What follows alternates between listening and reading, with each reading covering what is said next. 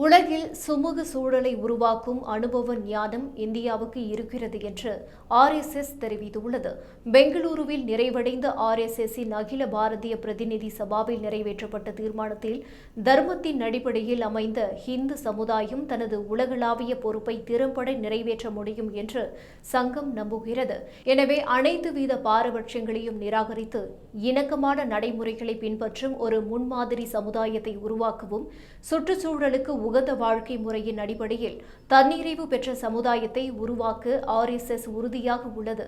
சமுதாயம் சந்திக்கும் சவால்களை முறியடித்து அனைத்து பிரச்சினைகளையும் தீர்த்து வலுவான தேசிய வாழ்க்கையை நாம் உருவாக்க வேண்டும் என்று தெரிவித்துள்ளது.